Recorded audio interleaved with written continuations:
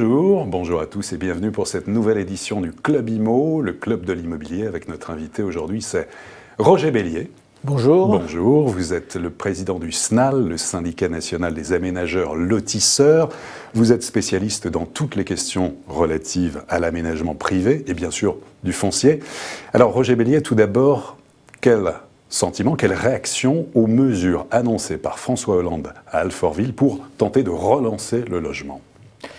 Écoutez, des mesures qui vont dans le bon sens, tout ce qui touche à la facilitation des procédures, la diminution de la durée des procédures, tout ce qui touche à la lutte contre les recours abusifs, contre les permis de construire ou les autorisations de construire, tout ça va dans le bon sens. Mais aujourd'hui, si vous voulez, on s'aperçoit qu'il n'y a pas véritablement dans ce plan des mesures suffisamment fortes pour provoquer un véritable choc de la reprise du logement en France. Donc, des mesures intéressantes, mais qui sont des mesures qui porteront leurs fruits à moyen terme, qui vraisemblablement ne vont pas débloquer la construction de nouveaux logements en 2013, mais des mesures qu'il faut accompagner par d'autres mesures à trouver beaucoup plus fortes pour relancer le logement. Lesquelles, par exemple? Y a-t-il une ou deux pistes?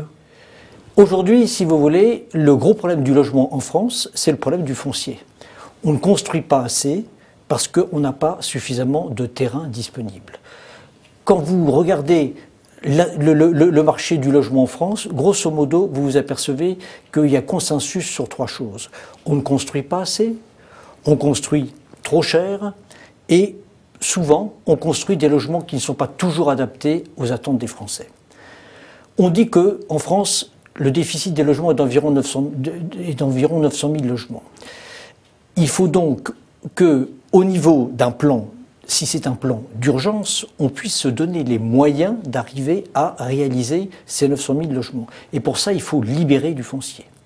Y a-t-il d'ailleurs une rétention du foncier en France? Il y a une rétention du foncier en France qui porte sur deux plans. D'abord sur un plan purement fiscal, parce qu'aujourd'hui, la réglementation est telle que plus un propriétaire garde son terrain longtemps, moins il est taxé quand il le vend.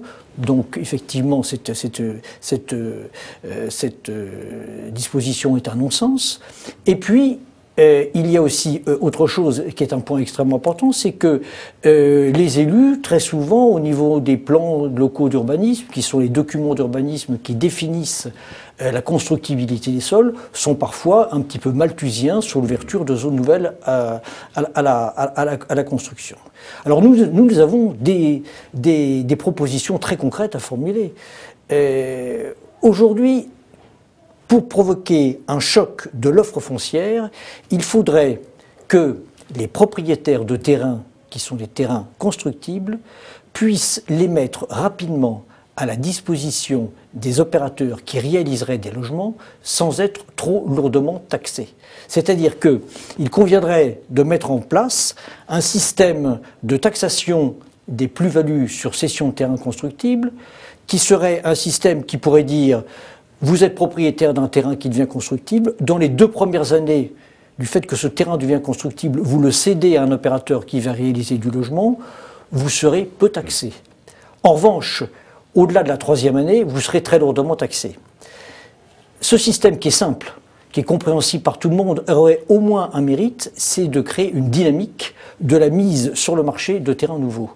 Et l'une de vos priorités, ce serait de faire baisser le prix justement du foncier.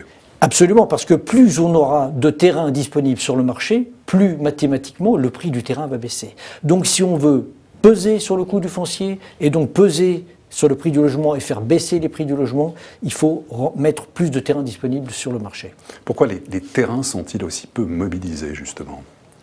Alors aujourd'hui les terrains sont peu mobilisés pour une raison très très simple. La loi fiscale aujourd'hui dit à un propriétaire de terrain, gardez votre terrain pendant 30 ans et si vous le vendez au-delà de 30 ans, vous serez exonéré de plus-value. Donc le propriétaire, logiquement, garde son terrain le plus longtemps possible avant de le céder. Et comme vous le savez, moi plus de 30 ans d'expérience professionnelle, je n'ai jamais vu la valeur d'un terrain baisser dans le temps. Donc, à la limite, le propriétaire dit « mais si c'est pas moi qui fais l'opération, ça sera mes enfants ou ce seront mes petits-enfants et de toute façon, la valeur du patrimoine sera assurée. » Faut-il faire baisser les prix de l'immobilier en France? C'est indispensable. Comment? C'est indispensable. Il faut jouer sur les deux facteurs qui constituent les deux prix de revient de l'immobilier. Le coût bâtiment d'un côté, le prix du terrain de l'autre. Le coût du bâtiment, c'est pas tellement je dirais, mon expérience en tant que président du syndicat national des aménageurs, mais c'est vrai qu'aujourd'hui, en France, nous croulons sous des normes qui sont des normes extrêmement lourdes et qui viennent renchérir le coût du bâtiment. Il y a eu des engagements qui ont été pris au niveau des mesures annoncées par le président Hollande à Alfortville la semaine dernière, qui vont dans le bon sens, dans ce sens-là, pour je dirais, neutraliser un petit peu le poids de ces normes. Le deuxième point, c'est qu'il faut faire baisser le prix du foncier. Pour faire baisser le prix du foncier, deux mesures. Une mesure immédiate, celle que je citais tout à l'heure, inverser le régime de taxation des plus-values sur cession de terrain à bâtir pour libérer du foncier. Et deuxièmement, parce que ça c'est une mesure qui est très concrète, c'est une mesure qui peut libérer du terrain dès 2013, et donc faire baisser les coûts dès 2013. Et en face, préparer le moyen terme avec, au niveau des documents d'urbanisme et au niveau notamment des plans locaux d'urbanisme et j'espère demain des plans locaux d'urbanisme au niveau intercommunal, comme le souhaite la ministre du Logement, prévoir des zones à l'intérieur de ces plans locaux d'urbanisme intercommunaux, des zones réservées à l'aménagement où on pourra trouver une mixité de produits avec aussi bien des collectifs, des intermédiaires, des maisons individuelles, des lots de terrain à bâtir, et on retrouvera une mixité sociale, une mixité générationnelle et une mixité de produits. Et les aides à la pierre, faut-il continuer? Est-ce que vous pensez que les dispositifs type PTZ ou investissement locatif ont contribué à alimenter la hausse des prix de l'immobilier en France? Je vais vous donner un exemple très simple. Notre clientèle, la clientèle des entreprises qui adhèrent au SNAL est essentiellement une clientèle primo-accédante. Quand vous avez un ménage qui a 27-28 ans, qui a pour revenu 2 SMIC et demi, 3 SMIC maximum à 2 revenus par ménage par mois, ce ménage, il n'a pas la capacité de thésauriser 1 centime d'euro parce qu'il dépense la totalité de son salaire. Donc, le PTZ, qui est un outil intelligent, devrait être généralisé, devrait être développé, et l'amortissement différé qui figure dans le PTZ est considéré par les banquiers comme constituant un apport personnel pour les clients. Nos clients, quand ils ont 5 000 € d'apport personnel, c'est le bout du monde. Donc il faut les aider à se constituer un véritable apport personnel. L'amortissement différé du PTZ le permet. Et là, je dois dire que j'ai un tout petit regret, si vous voulez, c'est que dans les mesures qui ont été annoncées la semaine dernière, on a très largement favorisé le logement social.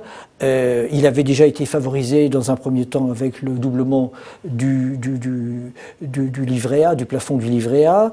Là, l'abaissement à 5% du taux de TVA, qui représente quand même globalement un volume de 400 millions d'euros qui n'est pas négligeable, va bien sûr aider à la production de logements sociaux. Je ne suis pas en train de dire qu'il ne faut pas faire de logements sociaux en France, loin de là, mais je suis en train de dire qu'il ne faut pas oublier l'accession à la propriété et qu'il faut aider les jeunes à pouvoir retrouver le cercle vertueux du parcours résidentiel, c'est-à-dire pouvoir commencer à acheter un appartement et puis après le revendre pour acheter une maison en fonction de ses besoins familiaux.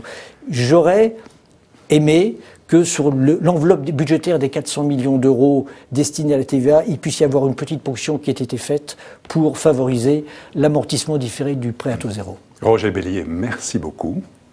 Merci, c'est moi qui vous remercie. Et à très bientôt pour une prochaine édition du Club Imo, Explore Imo, Le Figaro.